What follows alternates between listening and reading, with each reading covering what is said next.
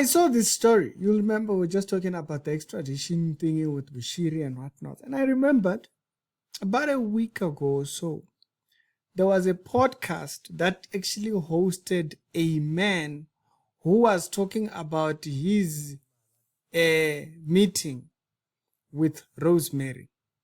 I'm going to play you a little bit of a portion, and then I'll come back and explain where exactly does the Bushiri name come out.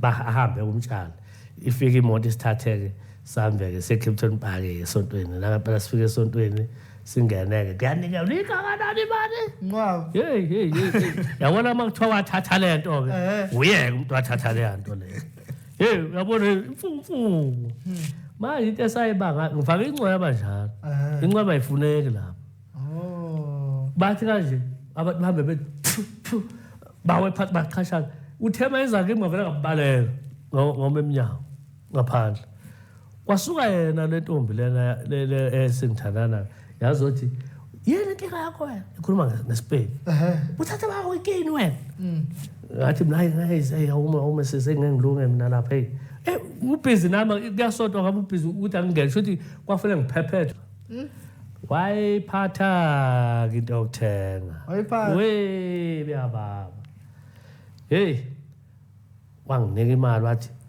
ufike nje udle into oyithandayo nje ubuseyabuya futhi afike mina lapha ngazosela isibindi lapho ngoba ngangisathi ngisigcinile vele. So let's get it clear here. Where does the Bushiri name come in? Now, for those that don't hear Zulu, I'll explain it a little bit. So this man, at one particular point, he got in trouble with the law. And when he got in trouble with the law, one of the arresting officers, one of the arresting officers happened to be Rosemary. Rosemary was a serial killer or a serial hire killer's hitman to kill other people. She was a serial rat, do the killing herself. She was hiring people. And remember, what is it that says a person is a serial killer? With people, more than 3 people dead in their name. All right. So Rosemary right now is in prison. She's serving a time. And I think one of the cases has not even concluded. Particularly the one of her trying to get the police who were investigating her and the whole nine quarters. But anyway, so there is that. So this man was a man who was arrested, and he happened to have a gun then. And so when she saw him with a gun, when they were arresting him, she thought this guy might be one of those people that are pew-pew. She thought he might be a hitman.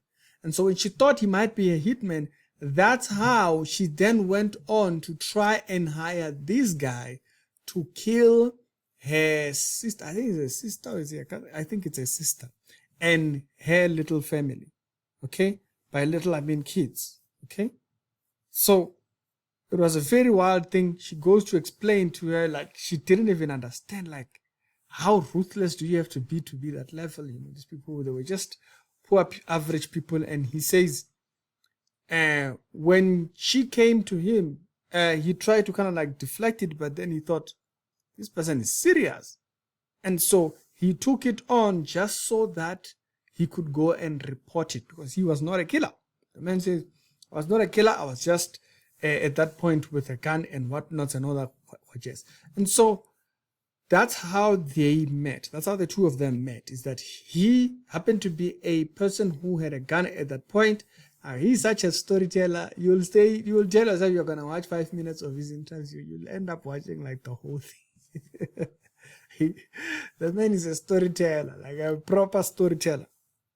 And so when that happened, this guy went and reported it, and then they tried to kind of trail who was she trying to kill, the plans, they set up the camera and whatnot, because she informed the police and so forth. She had a friend.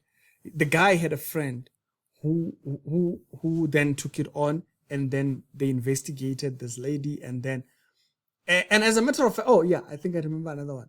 There is actually a lady who, while he was being given that job, he was then promised another job. You'll remember after Rosemary got arrested, there was another lady who was at the same time arrested, who was arrested also for the same claims, that the man was trying to kill her own husband as well. And this man was we just found out now because of podcasting, we just found out who the man is who actually reported. And so also another reason why he came out because he's saying, you know what, the protection system after he did all of that just kind of like, and they left him hanging. And there was a package that was supposed to give him whatnot. And so that's why he came out. He's like, these people, they just dumped me like that after all of that work that they did behind. He had to leave his job, and he was like, they're supposed to send him letters so that he could go back to his job, and they didn't, and he's got kids to take care of. So it's a very sad story that a good man who came out so that he can save someone, they didn't even bother to try and assist him to get back to his job. That's all he was asking. But anyways, and so that's the part of the story of him coming out and whatnot and what exactly happened. So now, when Rosemary now was arrested and her case was going on, he was put in hiding and all. When he came out of hiding now, there was this lady. Was it out of hiding or before he got into hiding? Don't remember. But there was a lady that then approached, or that came up to him, and she started talking to him. She looked like she was kind of like, thinking that he's, she was giving him the eye, that she's interested. And so in his interest, he then paid attention to this lady, and they hit it off. They started their relationship. Okay. So now, only to find that he met her the day when he went to court, to the Rosemary court. And he says that's when he figured, well, this person was sent by Rosemary to try and get him. All right? To try and get him. And this person is the person who is a church member of Papa Bush. The lady who was being used by Rosemary from inside was a member of Prophet Bushiri's church. She was a member of Papa Bush's church, not by my words, but by the man's word. He says, hey, such a nonsense.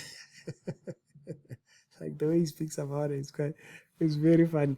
But it is what it is. He says that the lady, at one point, she popped up. She had Hitman business and all that kind of stuff in the van, and people came out to try and ask, where is this person? This person can't. He had already sensed to these people who are looking for him. They came up to him. They didn't know it was him. They asked him, where do you know where this guy stays? He says, oh yeah, stays inside there. He says the moment they went in, he took off, only to realize that there might have been hitmen that were sent by one other guy. So his story is quite interesting.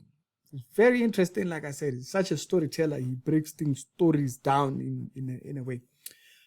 Now, remember what I mentioned last, that self-deception is one of the biggest problems. That these people, they get lied to a point where the people that are lying to them start to believe their own lie. Now, the worst mistake that people do is that not only do they start to believe their own lie, is that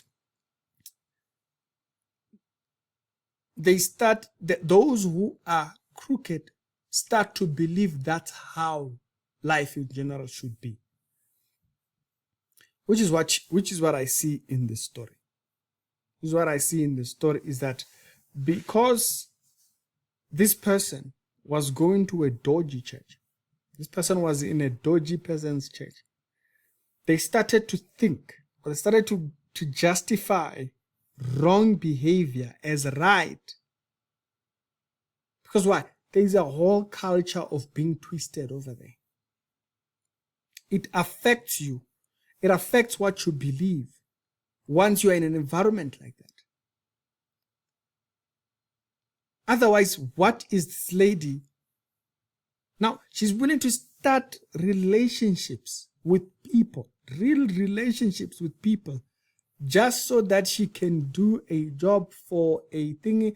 And he explains where there was a whole thing that they had put up, and the lady was expecting some money, and so this lady was supposed to get what, like, that's how she got sold into actually trying to take him out and the whole nine quarters. But the whole thing is, how did she get involved in that? And how she got involved in that is that in the church where she comes from, dodgy is the way. It will affect you how you see things should you remain in a church like that. It will affect you how you see things when you allow yourself to stay in an environment that is tainted by lies like that. And that's what you see in the story. I'll leave the video down. I'll leave the part 1 of it down in the pinned comment. The particular part I'm talking about, I think it's in part 2. It's a lengthy one, but yeah, no, if you can hear Zulu, it's worth it. The man is a storyteller. The man is a storyteller, and he breaks down the story very, very well.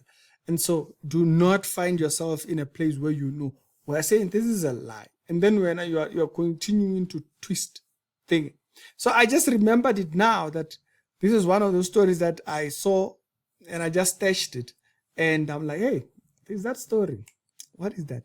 And so because you are in the wrong place, it can affect you. That's why he says bad company corrupts good morals.